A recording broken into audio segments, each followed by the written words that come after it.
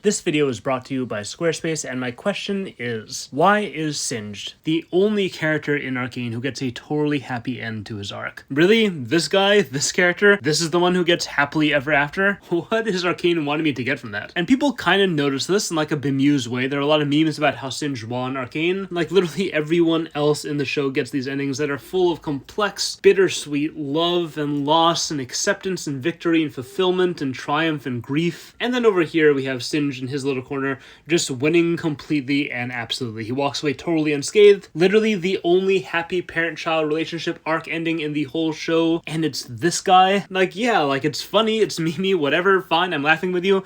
But, like, also, it's an actual question, too. What is this character's arc? Why does it go this way? What's the takeaway supposed to be? Actually, wait, hold on, I can do better. This is not just a question. It's something that actively, decisively makes zero sense. It is crazy that this is how Singed's story arc is allowed to end. And yes, I do say allowed, meaning that the story let him get away with this. This is a problem. This is a massive contradiction to everything the show is about. Because here's the situation. We have a show which is entirely focused around accepting change, and really around accepting loss. Whether that's loss like a loved one dying, or lost like a loved one changing, or lost like your life changing, or lost like you dying. Accepting change involving loss is a huge deal in this show. And we see Jinx accepts that she's changed and she has this triumphant moment. Mel accepts that she's different and she has her big triumphant moment. Heimerdinger embraces his change, his loss, and he truly lives. Viktor has this quiet but super admirable moment of acceptance of what he did, and he gets his time to shine. Echo accepts loss and things are great. He doesn't accept loss and things are bad. Vi doesn't accept loss and things are bad. She does accept loss and things are great. Tons and tons and tons of examples of this. This is a hugely major topic in Arcane. This is the topic of Arcane. Accepting loss and change is everything.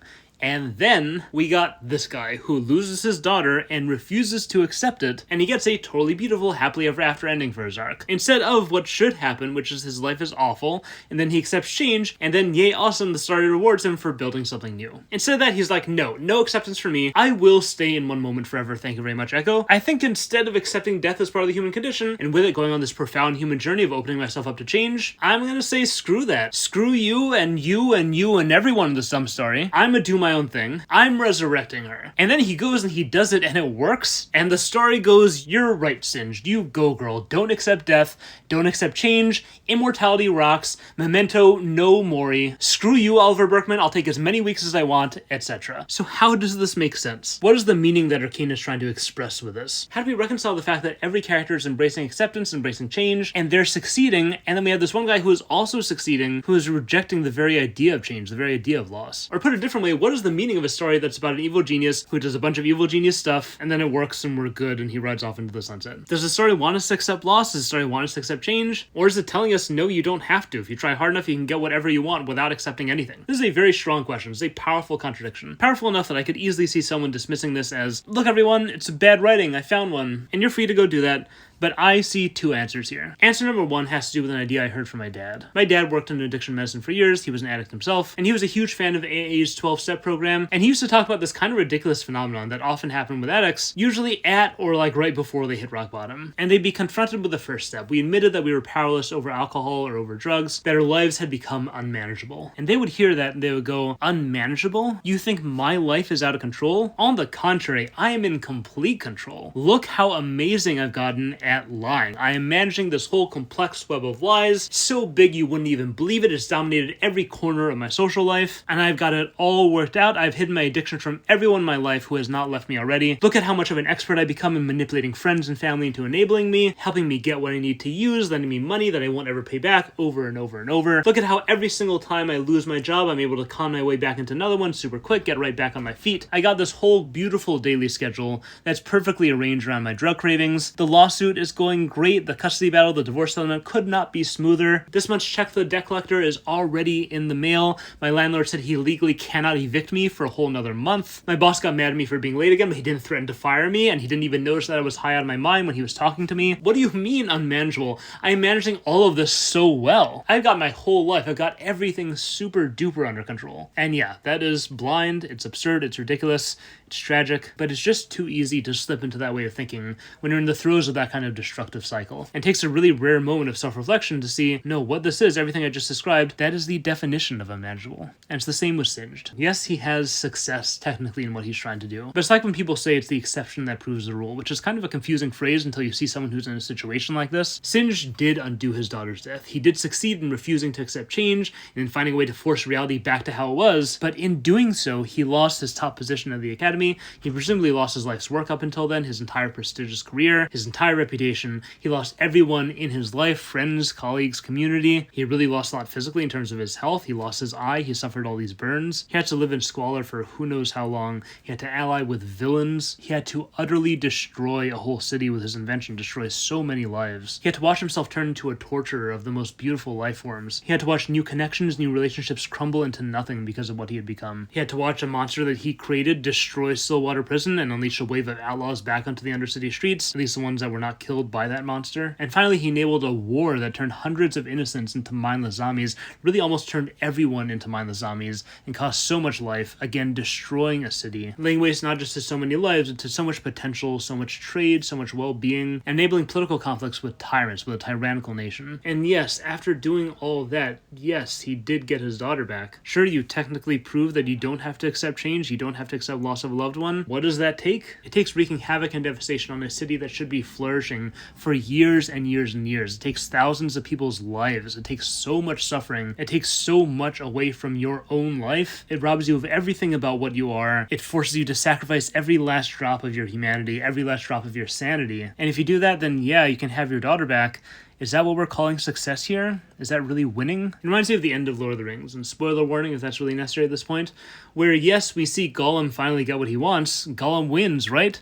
He gets the ring, that's what he wanted. So you're telling me that you look at this and you would call this success? Can you really say that honestly? No, you can't. Success, if it's like this, is not success. And just goes further to prove that no, it is not possible to stay in one moment forever. It's not possible to deny change, to escape mortality, because when you do, all of this happens. That is what impossibility looks like. The only reason we have the impulse to label this as success is because we're defining it by the extraordinarily narrow and frankly stupid standards that Singed himself is using. And also because we project happiness onto him in this moment when we see him with his daughter. We look at that and we just instinctively go, oh yeah, he looks happy. That must be true happiness. But is it really, if we think about it? And that leads to the second answer. To contrast what I'm about to say, the first answer was yes, he succeeded in bringing his daughter back to life, but are we really okay calling this success? Second answer is, hold up, are we really okay calling this back to life? We saw these clockwork things and that was not life. We never saw them with any volition of their own. We never saw them speak. If they hadn't once been people, if they didn't vaguely resemble the shape of people, we would not equate this to this. And yes, I'm fully aware this approach is much more speculative on like a factual level than the other approach. We don't know how alive ARCANE's Orianna is or isn't in this form. We can be sure Singed made some adjustments compared to all these other clockwork automatons, and that's evidenced by the fact that Orianna outlived the demise of the mothership, aka Viktor. But how different is she? It's not just hard to say, it's really impossible to say. The story just gives us nothing else on a factual level. But on a character level,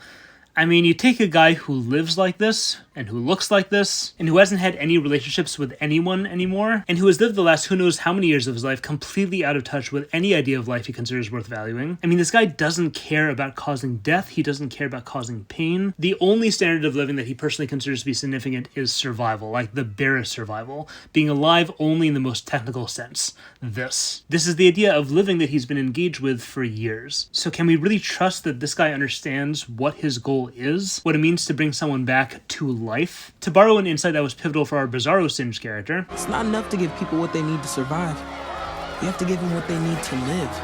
Looking at everything we know about Singed and how he lives, I just can't imagine that he understands this idea better than his former science partner. You even look at how the story frames the way he remembers his daughter, and sure, it could be more than this, but what we see is him looking at her picture and thinking about her dancing. He's not remembering personality. He's not remembering conversations. He's not remembering opinions and ideals and relationships and ambitions and so much of what makes a life a life. So we can't say how alive or unalive Orianna truly is, but what I can say is that I don't trust that this guy knows what alive is. That first line about him having a daughter, listen to the line that comes before it. Please understand this is for your own sanity. I too once had a daughter. There's an implication here. Singed knows that watching your child suffer and die will threaten your sanity, and he's specifically saying that he knows that from his own experience. And we know that his daughter did die. So in my eyes, this is as good of an admission as any that Singed knows that his own sanity is compromised. It's not going to stop him from working towards his goals, but it is the fact that he's thought about dispassionately and acknowledged. So you have someone whose sanity is gone, who treats life like it's worthless, who himself is barely living what you could call a life. Is it that unexpected that resurrecting his daughter could take the form of turning what's left of her body into something that moves again, and that vaguely looks like her but is empty inside? So no, I don't think that Singed succeeded at his goal. I don't think that clockwork brainless shell counts as a win, and I don't have much reason to suspect that that's not what we're seeing here. I watched a TED Talk years ago that actually reminded me a lot of Savika, but then I realized it applied to basically every arc in the show. When I was watching that awesome Savika versus Smeech fight, and I heard Jinx have this exchange, I didn't ask you for this. It was something I could fix. when she says that line, it's not that she's just looking for something random to fix. She's looking for stuff that she broke and she wants to make that right. Remember, she was the one who was responsible for Savika losing that limb. I feel like you and I got off on the wrong arm. Watching Savika have the time of her life fighting this guy with wacko crazy slot machine arm, it made me wonder, at this point, does Savika even still miss her actual original fleshy arm? So this TED Talk was about this athlete named Amy Mullins whose legs were amputated below the knee. And the talk was called "It's Not Fair Having 12 Pairs of Legs." Listen to this excerpt. I have over a dozen pair of prosthetic legs that various people have made for me. And with them, I have different negotiations of the terrain under my feet, and I can change my height. I have a variable of 5 different heights. Today, I'm 6'1". And I had these legs made a little over a year ago at Dorset Orthopedic in England, and when I brought them home to Manhattan, my first night out in the town, I went to a very fancy party, and a girl was there who has known me for years at my normal 5'8". Her mouth dropped open when she saw me, and she went, "But you're so tall!" And I said, "I know, isn't it fun?" I mean, I know it's a little bit like wearing stilts on stilts, but I was having fun with it. And she looked at me and she said, "But Amy, that's not fair."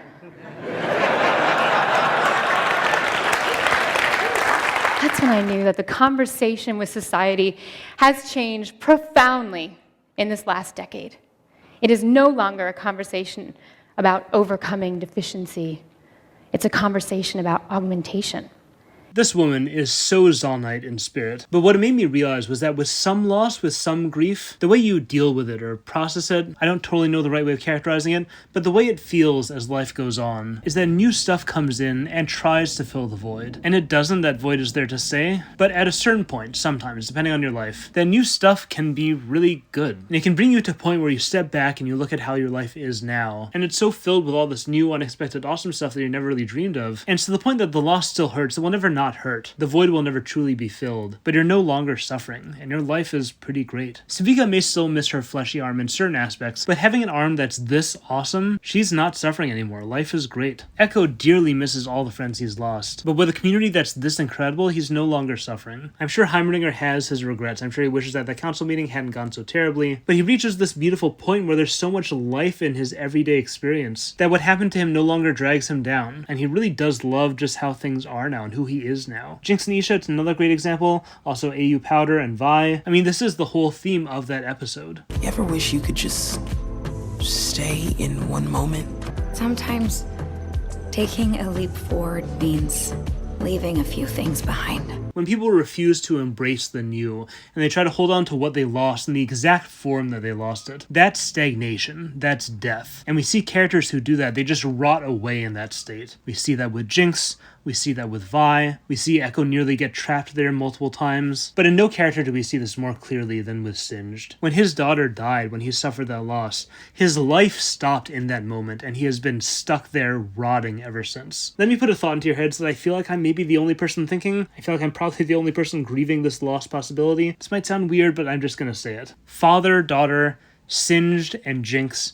Wouldn't that just have been so perfect? Yes, we love Soko. He arguably became a great and very needed father figure for Jinx. And there are ways that he supported her emotionally that were really awesome. And then other ways that he was not so awesome. He made an identity for her that encouraged this whole chaos monster thing that didn't really lead to a very happy life for a girl who just wanted to fix things, a girl who just wanted to help. Soko loved the chaos in her on like a philosophical level, but he also couldn't really deal with it personally. It was so not his personality. Soko is all about being in control, and his inability inability to connect with his daughter on this really strained their relationship, especially with this whole dilemma of him being both super upset with her because of it and then also encouraging it. And then Silco was not a scientist. He was not an engineer. He couldn't connect with his daughter on that level at all either. She didn't have anyone helping her. She didn't have anyone guiding her. He couldn't even really spend time with her doing this stuff. His support for his daughter in this hugely important aspect of her life and her identity amounted entirely to saying stuff like this. You should focus on your gadgetry. That was all we really saw him doing. And there is so much Silco could have encouraged his daughter in, especially with a business mind like his. His daughter's an artist, she's an inventor, she's so talented. It would have meant so much to her if Silco had just supported that by building a website for her with Squarespace's new design intelligence, which combines 2 decades of industry-leading design expertise with cutting-edge AI technology to empower users to personalize their internet aesthetic for all their business needs. Yes, this video, as I mentioned, is brought to you by Squarespace, the all-in-one web design platform for entrepreneurs. I am super happy to have a sponsor that offers something so useful for my specific audience. I know so many of you are writers, artists, editors, animators, filmmakers, creatives of all kinds. And nowadays, having a website like a central hub is just something that's both expected from certain types of clients and something that a lot of us just don't know how to do. We're totally good when it comes to doing the one thing we're passionate about, but web design or branding or digital sales or anything business related, that stuff is just a big intimidating mystery. Squarespace is not just about web design, it's about bringing you over that hurdle on the way from hobbyist to professional. Their design intelligence and Blueprint AI can help you craft a personalized aesthetic for you without you needing any experience at all. It can help you structure a website to exactly what fits your goals and who you are as a creative person practically and aesthetically. And if you want to post video content or just like a video introduction or a portfolio, they got you covered there too. You want to sell your art, Squarespace payments is super simple. You'll be all set up to receive payments in just a few clicks. So whether it's for you or whether you're just trying to be a supportive dad for your volatile artsy daughter, check out squarespace.com for a free trial. And when you're ready to launch, go to squarespace.com/schnee to save 10% off your first purchase of a website or domain. Okay, so anyway, Silco and Jinx, contradicting messages, personality clashes, could not connect on a lot. Contrast that with Singe as a father figure for Jinx. Someone who's a scientist like her,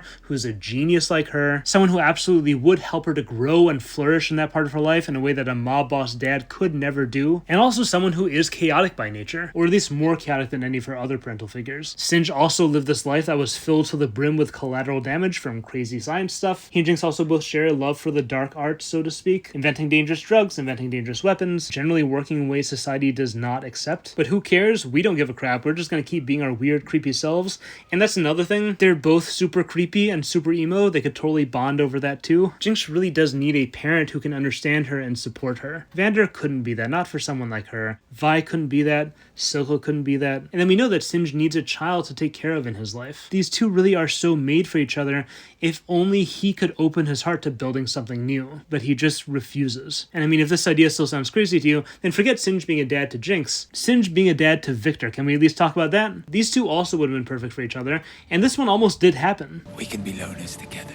But again, Singe is just so close to anything that doesn't fit his extraordinarily narrow view of what counts for success in his eyes. It is only parent-child in this form exactly. It has to be exactly how it was. And he chooses that over building something new with Viktor. Viktor literally runs away, and Singe stays where he is. He stays working towards his narrow goal. He stays lonely. ARCANE actually throws out so many little moments showing us that Singe desperately wants human connection. It's very subtle, it's very veiled, but it is so present. Beyond wanting to be with his daughter again, beyond wanting to be lonely together with Viktor, Singe is someone who values connection. Perhaps in another life,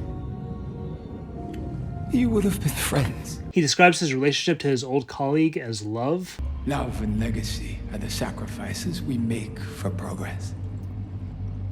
It's why I parted ways with Heimerdinger. My favorite instance of this, though, and by far the most subtle, is the scene in the prison where Ambessa is saying she'll work with Singe because she wants this monstrous weapon of his, and she gives him all these terms along with some threats, and Singe, instead of responding to that, which is why he's there, by the way, she is fulfilling his own goal here, but he doesn't respond to anything about her terms, and instead he corrects her about how she's describing Warwick. He isn't a monster. He was once a man, well respected at that, victim of great tragedy. He had a ferocious will to live, an incredible tolerance for pain. With him, I was able to make strides impossible with any other specimen. But the mind I could not recover. At first glance, this kind of just sounds like a scientist being annoyingly precise about his life's work in a way that no one else finds super significant except him.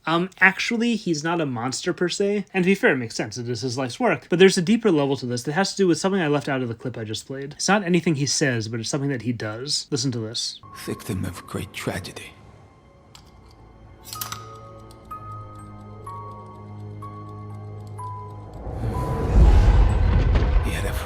Why this whole pause with the locket here? Yes, he is doing all this for Orianna, but he's not talking about any father-daughter stuff right now. He's reminiscing about Vander. Why does he play the Singe Orianna theme song for a scene that he's talking about Vander? And I think the answer is that he's not talking about Vander here. He's talking about himself. He isn't a monster. Singe just saying, I'm not a monster. I was once well respected. I was a victim of great tragedy, my daughter dying. I had a great tolerance for suffering. And because of that, I was able to make great strides that no one else was able to make. And I mean, really, he's talking about both himself and Vander, but that's the point. Singe sees himself in Vander, just like he saw himself in Silco, just like he saw himself in Viktor. This is a character who really desperately doesn't want to be as alone as he is. He wants to feel connection with people. He instinctively, kind of desperately, urgently as we see here, seeks out kinship with others by seeing himself in them, by seeing how their lives and their struggles are a reflection of his own. But he's really just resigned himself to a future of loneliness. I know the look of a doomed man. His lot in life is just to wander in the depths. His quest led him astray of any trodden path. His own shadow dissolved to darkness. Now the only course was forward. The only warmth, a dream of her woes. The only solution was Orianna. In a way, it was a self-fulfilling prophecy. He chose loneliness of his own volition when he really didn't have to, when he really could have had all those connections that he craved, but in a different way, a truly tragic way. This is a prophecy that will just never be fulfilled. This is a man who chased immortal life for so long that he forgot what life was, and this is not his daughter. This is not life. Or maybe I'm wrong about that. Maybe he fixed the mindlessness problem with this type of life form. She's conscious, she's aware, she has emotions and all that, and if that's true, she's going to wake up and be absolutely horrified, because she's going to realize what she is, this quasi-human hybrid, and she's going to learn that her dad, who she presumably loved and respected, she's going to learn that he is not the man that she remembered. That man is gone, and in his place is a mad scientist drug lord who lives in squalor and causes thousands of deaths for his own personal gain, who enables wars and tortures animals. If Orianna is sentient, if she is human-like, there's going to be some serious existential horror and some serious trauma in the near future for her. Either way, the point is, whatever way the story goes from here, this will not be the idyllic, wholesome father-daughter relationship that we're hoping for. Singe will find no happiness here. It really was only ever a dream, which means he did all this. He ruined his life, possibly his daughter's life, and the lives of thousands of other people for nothing. So that really is the answer. Every arc in Arcane ends in a complex tangle of emotions, and this one is no different. They all present a picture which is difficult to process. Is this victory, or is it too sad? How will things proceed from here? It's hard to say. It's the melancholy beauty of life. It's impossible to define, but sweet and sad and loving and hopeful and uncertain. That's where the show always leaves us. Okay, we'll stop here. Subscribe. I still have quite a bit to say about this character from a writing perspective. The way he's integrated and not integrated into the story is just so fascinating. The fact that he's never named as Singed, and also just never named at all for a whole season and a half, just relying on their audience's knowledge and communities to inform anyone who didn't know. It's just so cool. I've never seen that before. But anyway, I might do a video like how to write quiet evil about characters like him and Emperor Palpatine. Definitely a lot of similarities there, a lot to dig into. So stay tuned for that at some point, maybe. Stay tuned for more Arcane content, definitely. If you're enjoying the video, support the channel on Patreon. Thank you to everyone there, and thank you to everyone here as well, watching this, supporting me. We hit 400,000 subscribers. Absolutely crazy. I cannot thank you guys enough. It's been just over 3 years, and to see this kind of growth is just so actually unbelievable. I could not be more grateful to you guys. So I'm gonna keep doing what I'm doing. I'm not going anywhere. See you again in the next couple weeks. Hope you all enjoyed, and thanks for watching.